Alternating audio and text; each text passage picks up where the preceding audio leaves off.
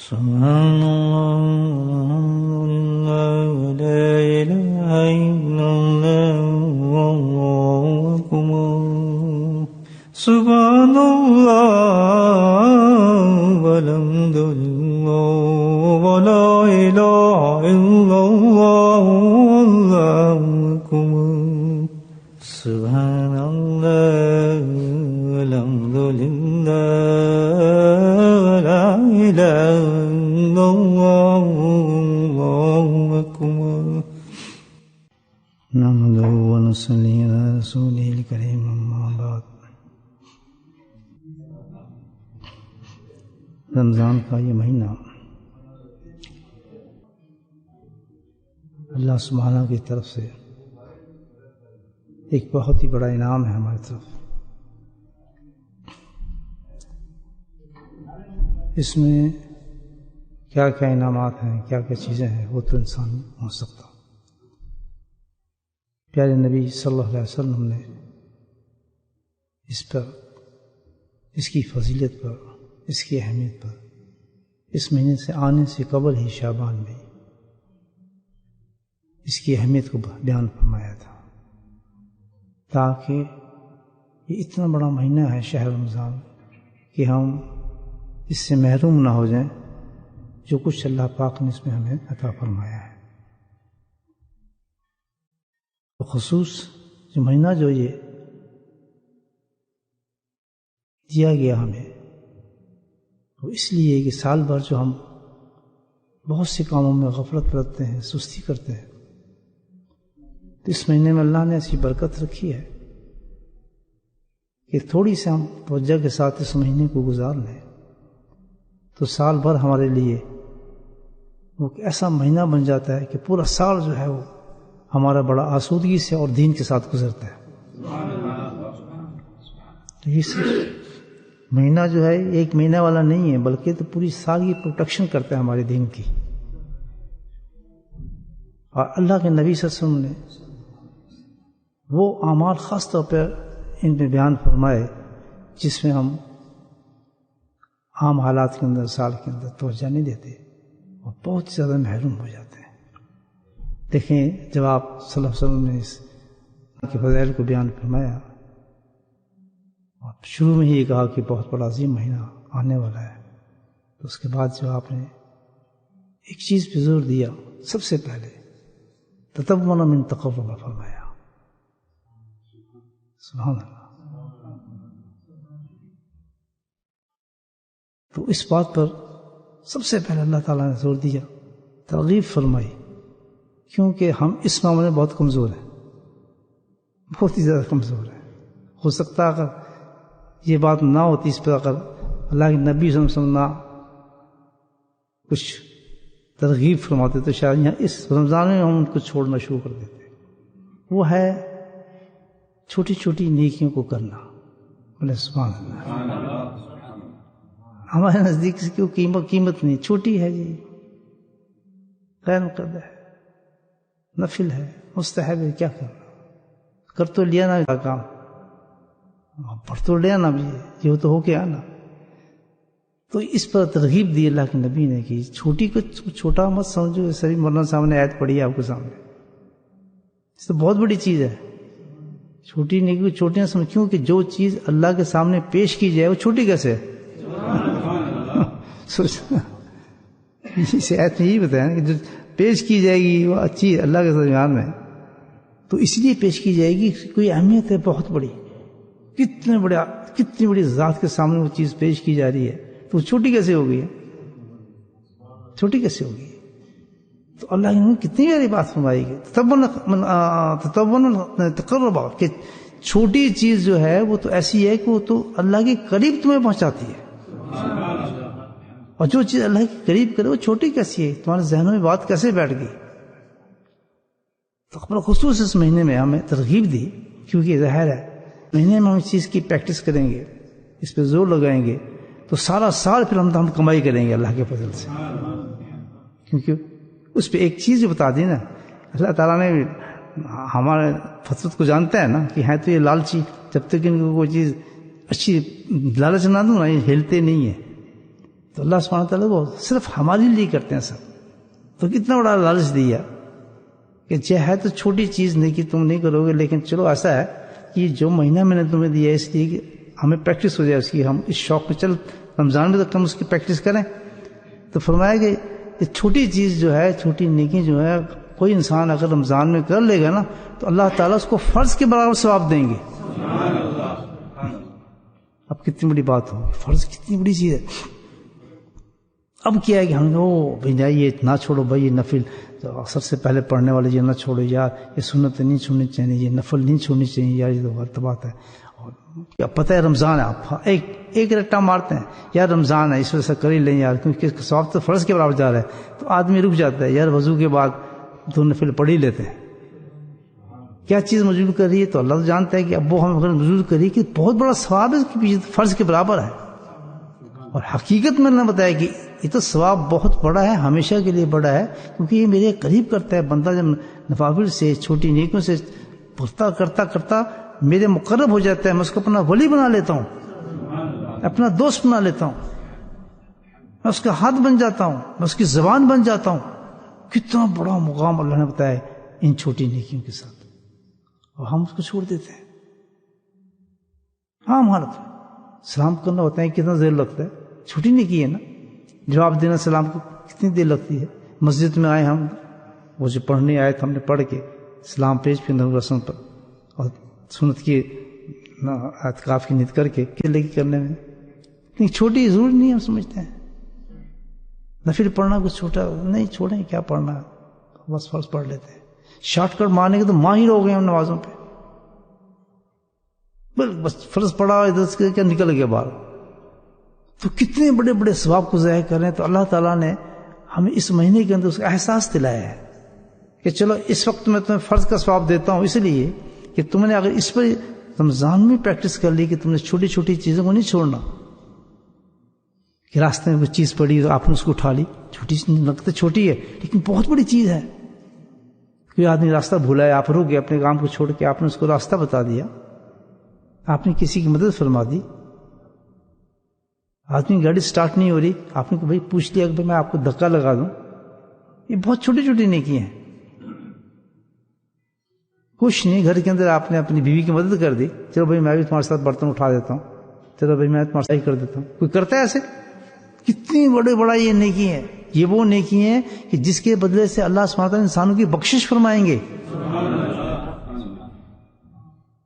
ہو سکتا ہے بعض یہ ہمارے بڑے بڑے اعمال ہمارے منہ پہ مار دیے جائیں کیونکہ اس میں اخلاص نہیں ہے، لیکن جو بالخصوص اللہ تعالیٰ جو کہتا ہے کرو، اس میں اللہ تعالیٰ خود ہی کہتا ہے چلو اس نے یہ کام کیا ہے میں قبول کرتا ہوں.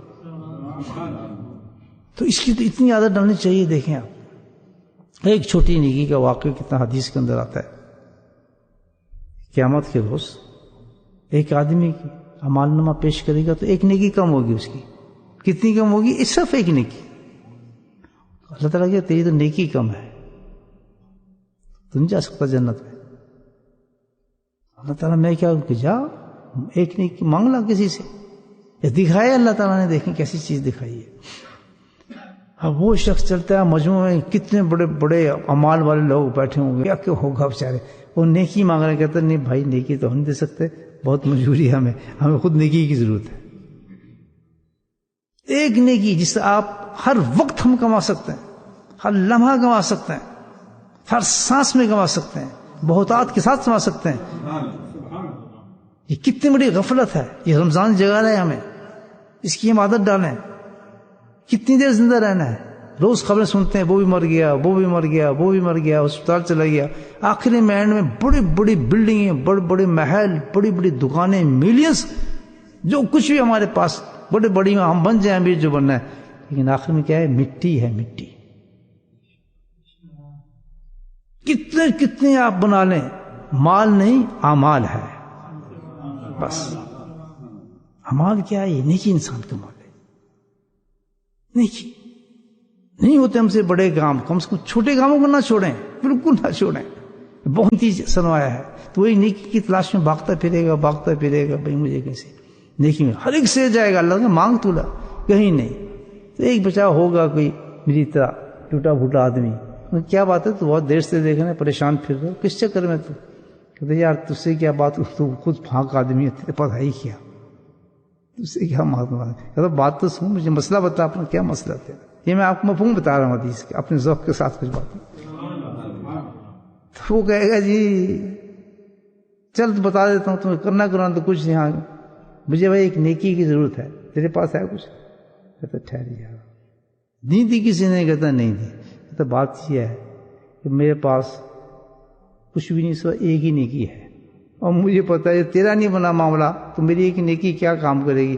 چل یہ ہے کہ میں نیکی تجھے دے، تو جنت میں جانا، میری خیر ہے. بولے سبحان اللہ. دیکھیے کتنی کام ہے، کتنی بڑی بات ہے. وہ کرنے کا سبحان اللہ، کام بن گیا، وہ بھاگ گئے، اللہ تعالیٰ میرا کام ہو گیا، مجھے نیکی مل گئی. کہتا ہے کس نے دی تجھے نیکی؟ ایک شخص تھا اس نے کہا میرے پاس تو ہے ہی کچھ نہیں، جائے نیکی تجھے دیتا ہوں. کہتا مجھ سے بڑا سخی ہے، تجھ سے پہلے میں اس کو جنت میں بیچتا ہوں. سبحان اللہ، جس نے تیری مدد کی ہے تو بھی جنت میں جا، وہ بھی جنت میں جا. تو ایک نیکی کا آپ دیکھیں کتنا بڑا. حضرت بلال رضی اللہ تعالیٰ آسمانوں پہ گھوم رہے ہیں، ان کی آوازیں آسمانوں سے آتی ہیں چلنے کی. تو اللہ کے نبی نے ان سے پوچھا کہ تو کیا عمل کرتا ہے، کتنا بڑا تیرا عمل ہے کہ تو آسمانوں پہ گھومتے، آواز تیری یہاں تھی. اللہ کے نبی میرے پاس تو کچھ اتنا بڑا عمل نہیں ہے، بس ایسا کرتا ہوں، چھوٹی ایک نیکی کرتا ہوں، وضو کرنے کے بعد 2 نفل پڑھ لیتا ہوں. اللہ نے یہ مقام عطا فرما دیا اس نفل کے پڑھنے.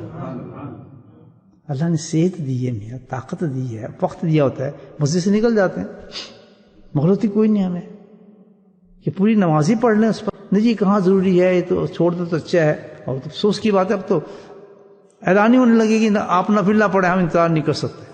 تو پھر کیا ہو، پھر جائے آدمی کہاں، کیسے فرض کو چھوڑ دے؟ اگر مسجد میں اعلان کرتے ہیں مولانا صاحب کوئی نہیں نفل نہ پڑھیں بس فرض پڑھیں، ہمارے پاس ٹائم نہیں ہے، بتائیں کیا حالات ہوں گے دین کے. آپ سوچیں، لوگ ترغیب دیتے ہیں. اللہ کے نبی سب سے پہلے یہ بات کی تتبع من خیر تقربا، کہ اس کا یہ تمہیں اللہ کے نزدیک رہ جائے گی. اور اللہ کے نہیں فرماتے ہیں کہ فرض کے بعد جواب ہے، اعلان ہو جائے کہ نہیں آپ پڑھیں نہیں، بس پڑھیں فرض، نکلو، ٹائم نہیں ہے ہمارے پاس. یہ سب زبانیں، ایسی زبانیں آ جائیں گی، لیکن زبانیں کہیں آ جائیں، اللہ کے نبی کی قرآن حدیث تو موجود ہے ہمارے پاس، وہ ہمیں ہمیشہ زندہ کرے گی انشاءاللہ.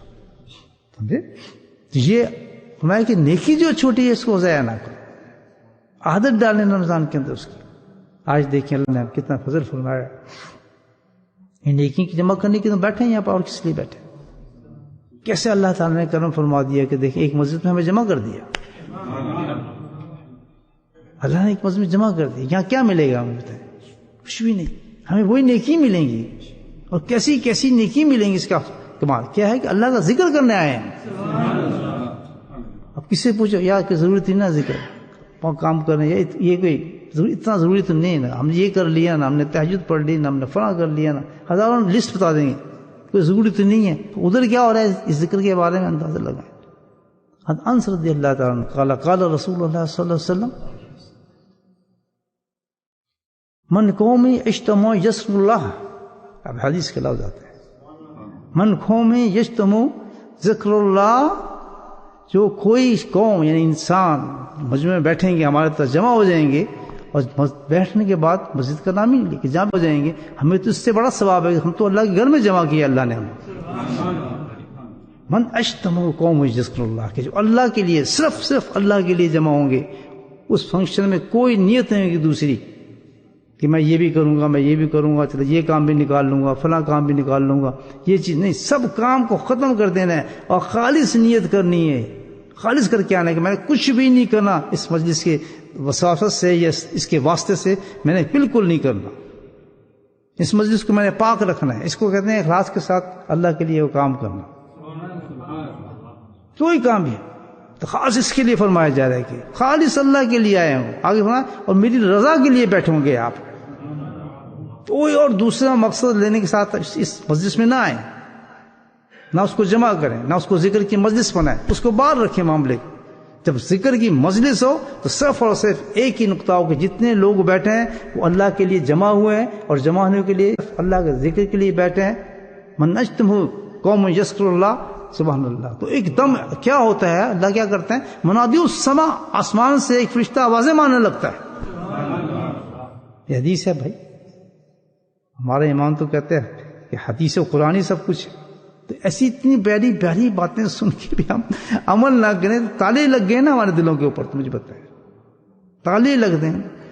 تو رمضان کی یہ چیز ہمیں اثر آ رہی ہے کہ فرشتہ ہمارے لیے آسمانوں پہ آواز مار رہا ہے، اور جس کے لیے آواز ماری جا رہی ہے اس کا مطلب یہ ہے کہ پورے دنیا آسمان کے اندر میرا اور آپ کا انٹروڈکشن ہو گیا ہے.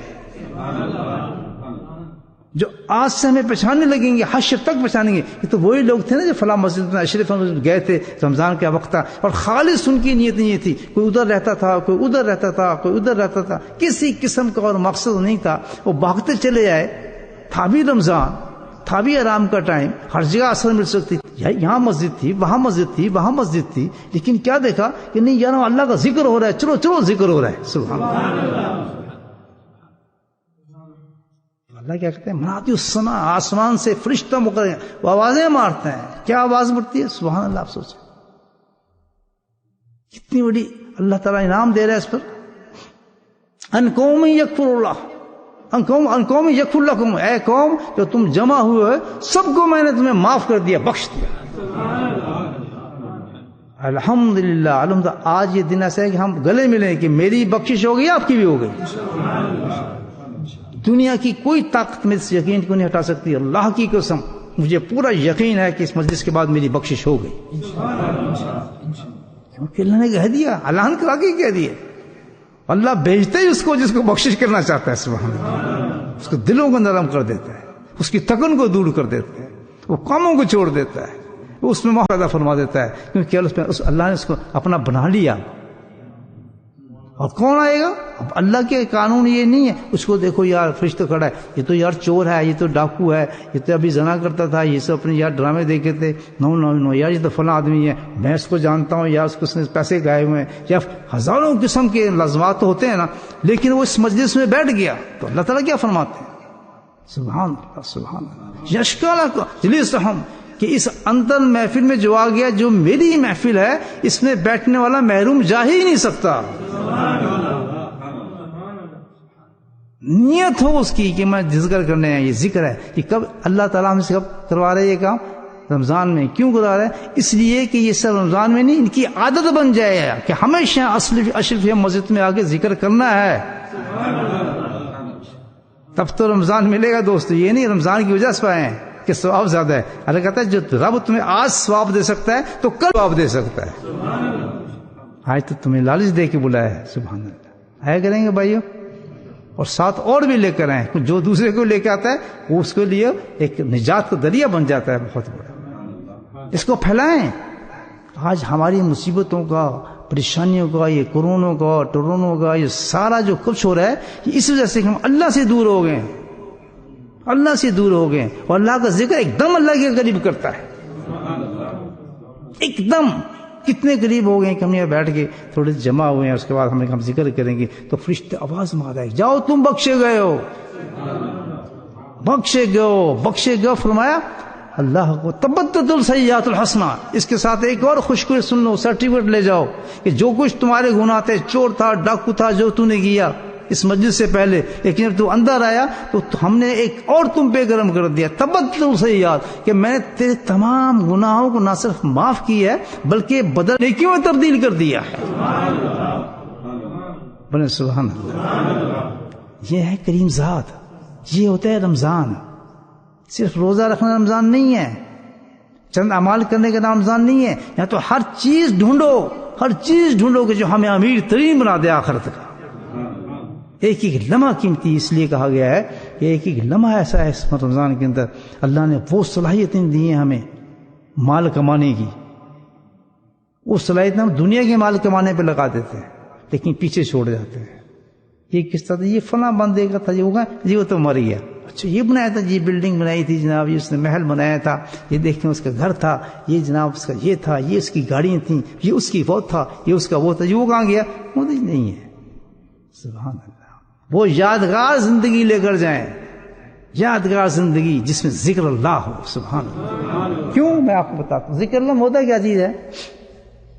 ذکر میں کیا ہے؟ ہم ذکر بیٹھیں کریں گے کیا کام ہو، کیا کام ہم نے دو کرنے، دو کام ہوں گے اس میں. صرف اللہ تعالیٰ کا کلام اور نبی پاک صلی اللہ علیہ وسلم کا درود و سلام. سبحان اللہ. جب ان دو کو جمع کریں گے تو وہ بن جائے گا ذکر اللہ. اس کا نام ہوگا ذکر اللہ. کلام کا بات، اللہ کی کلام کی تو بات ہی کچھ نہیں، اس پہ کیا اللہ نے انعامات رکھے ہیں. اور پھر درود پاک نبی پاک صلی اللہ علیہ وسلم کا. سبحان اللہ سبحان اللہ. اللہ سبحانہ تعالیٰ نے درود کے فرشتے بنائے ہوئے ہیں. دیکھیں اب آپ درود پڑھیں گے، سنیں کیا ملے گا اس مجلس سے. وہ کلمات کے انعامات اور پھر درود پڑھنے کے انعامات، کیونکہ وہ مجلس تو قبول ہی نہیں ہوگی جس میں درود نہ ہو. سبحان اللہ. وہ تو اوپر جائے گی ہی نہیں. درود کے بغیر تو کام چلتا ہی نہیں. وہ یاس بن جاتی ہے. وہ تو ایک ایسی چیز بن جاتی ہے جس پہ آدمی افسوس کرے گا کہ یار میں نے اپنے مجلس کو ضائع کر دیا. تو درود ہے اللہ تعالیٰ کا کلام اور نبی کریم صلی اللہ علیہ وسلم پہ درود و سلام. سچ کا کیا ثواب ہے درود و سلام کا. سبحان اللہ. اللہ سبحانہ تعالیٰ نے فرشتے مقرر کیے ہیں درود کے لیے، خالص درود کے لیے. ان کا کام کیا ہے کہ وہ مجالس کے اندر، ان محفلوں میں، ان جگہوں پر گھومتے پھرتے ہیں سارا دن. انہیں سبحان اللہ. کیونکہ کام ہی درود کے فرشتے ہیں. وہ کیا ڈھونڈتے ہیں کہ یار درود کہاں پڑھا جا رہا ہے، نبی پاک علیہ السلام کہاں پڑھا جا رہا ہے. جہاں دیکھتے ہیں تو لپکتے ہیں اس پر. لپکتے سمجھتے ہیں، لپکتے ہیں، جھپکتے ہیں. جیسے ہم بھاگتے ہیں نا پیسوں کی طرف، چسکا لگتا ہے نا، تو یہ بھاگتے ہیں فرشتے اس جگہ پہ جہاں درود پڑھا جا رہا ہے، ایک دم لپکتے ہیں. اور جو لوگ درود پڑھ رہے ہیں ان کو اپنے پروں میں چھپا لیتے ہیں. اور وہ کیا مقدس خوشبودار پل ہوں گے جس میں درود چھپایا جاتا ہے. کس کا درود چھپایا جاتا ہے؟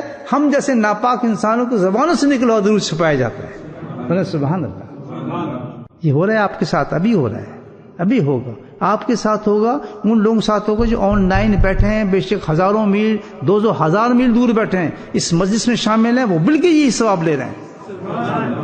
یہاں ریسیور ہے اس مسجد میں نہیں، جو ریسیور میں ہماری مائیں بہنیں سن رہی ہیں، بالکل یہ سب ثواب ان کو مل رہا ہے.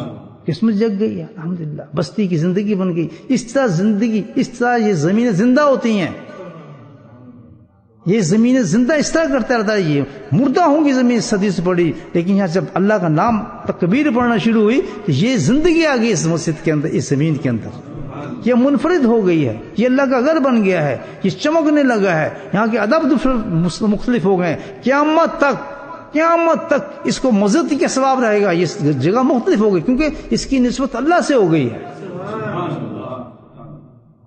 یہ تو اللہ کی نسبت ہوگی. چھوٹا سا ٹکڑا آپ دیکھ رہے ہیں، اس کے مقابلے میں بڑے بڑے دیکھ رہے ہیں، ساتھ ساتھ اونچے ہوں گے، 5 اسٹار ہوٹل ہوں گے، بلڈنگیں ہوں گی، بڑے بڑے محل ہوں گے. لیکن جو شان اس کی ہوگی دنیا میں کسی کی نہیں ہوگی.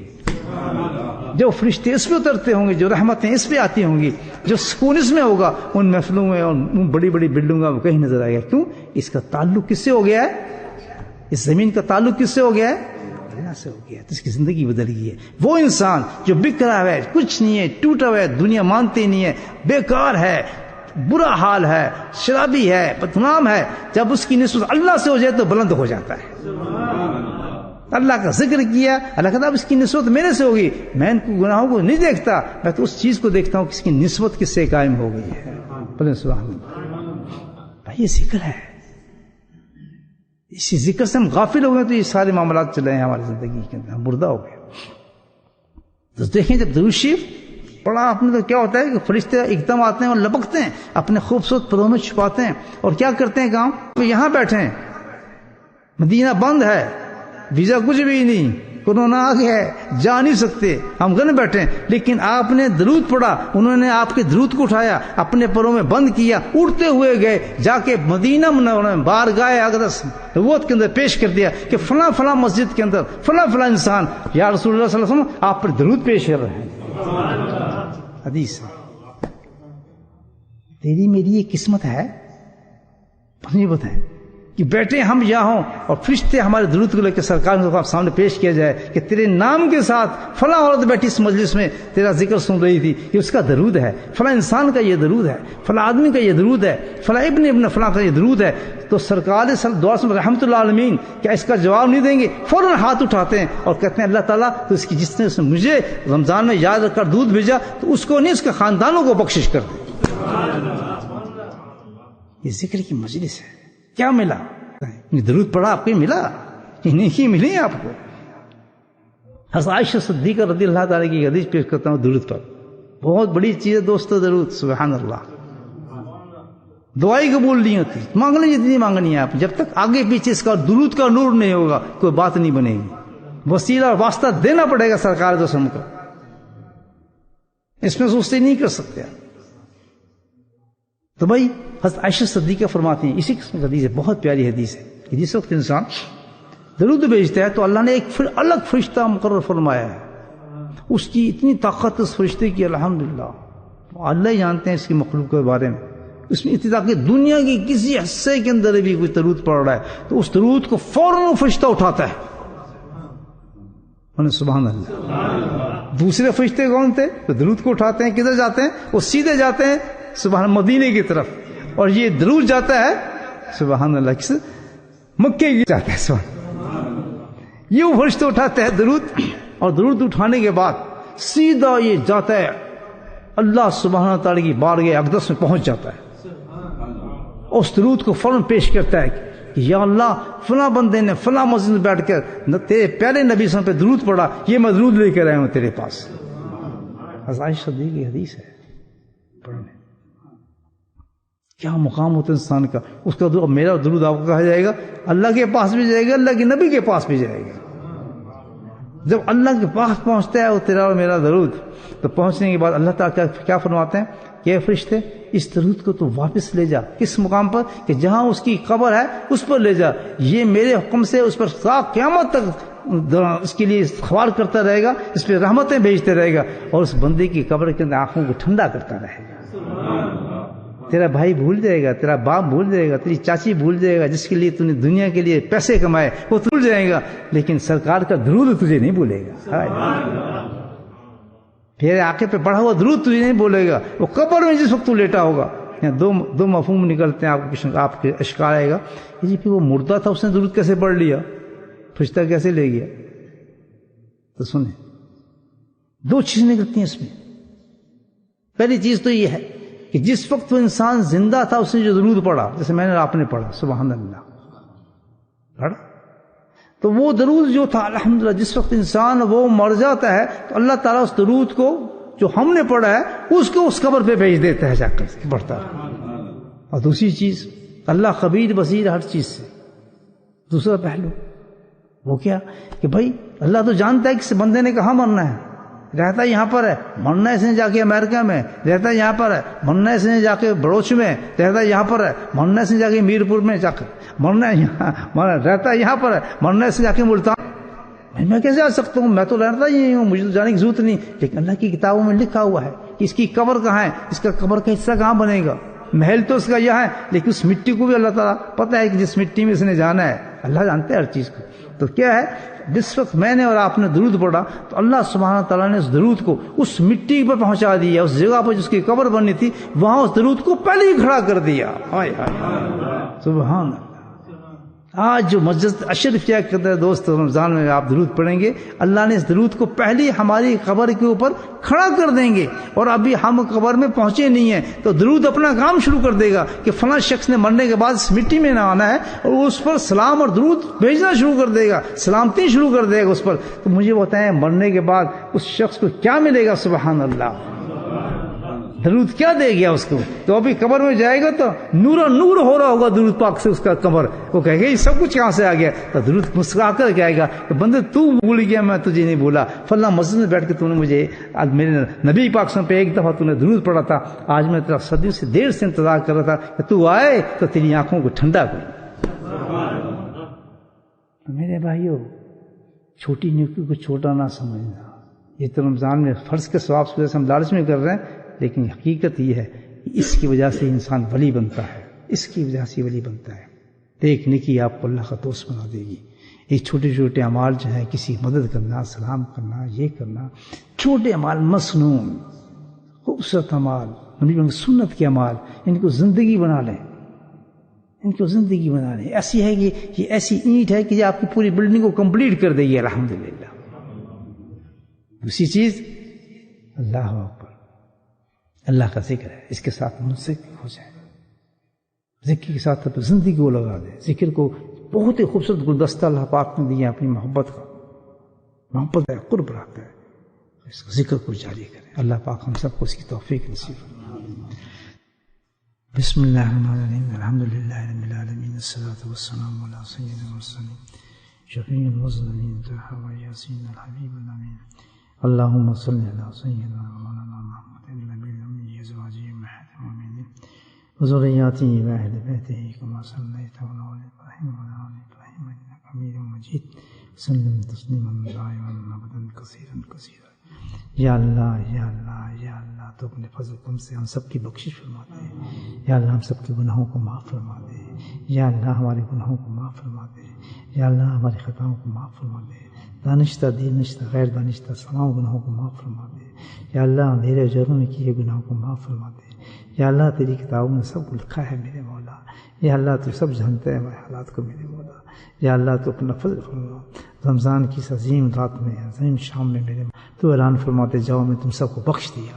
اے میرے مولا تو ہم کو بخش دے، ہمیں بخش دے، ہمارے گھر والوں کو بخش دے.